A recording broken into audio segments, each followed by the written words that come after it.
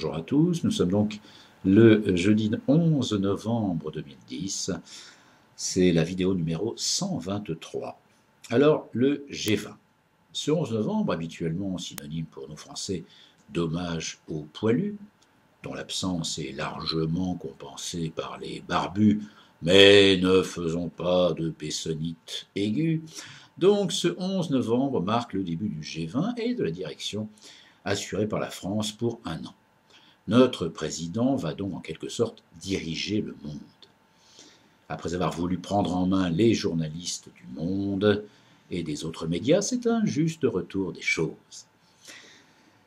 Notre président bien-aimé, mal aimé, c'est le mot qui convient quand on est à moins de 30% de popularité, va donc diriger ce G20 en Corée du Sud, mais c'est un Nicolas moyennement poli, puisqu'il ne sera pas là pour le dîner d'ouverture à Séoul. On sait qu'il n'aime pas boire et manger, mais de là à bouder le repas avec les grands de la planète, à moins qu'il ait la lucidité de se dire qu'en fin de compte, il ne fait pas partie des grands de la planète. Non, je ne crois pas qu'il ait cette lucidité.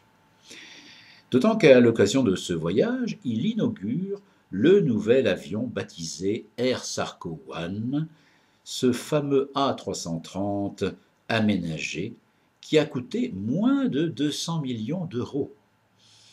C'est d'ailleurs moins cher qu'un Airbus neuf, ce qui fait dire aux journalistes chevalets « c'est une bonne affaire ». Alors un G20 qui va permettre de réunir les pays qui représentent 90% des richesses de la planète, avec en point de mire un nouveau système financier mondial que tout le monde espère et que personne ne veut. Avec un ensemble de pays qui considèrent que la monnaie chinoise n'est pas à sa vraie valeur et qu'il faut d'urgence réévaluer le yuan, et des Chinois pas vraiment favorables, mais très enclins à affirmer que le dollar n'est plus solvable. Jugement tout à fait crédible de la part du principal bailleur de fonds des Américains. Alors, avec ces petits points, notre petit Nicolas va créer un nouvel ordre financier mondial. On ne rit pas. On ne rit pas, surtout en un jour d'armistice où l'on se contentera de ranimer la flamme d'une France inconnue du monde pour toutes les cartes qui ne sont pas touristiques.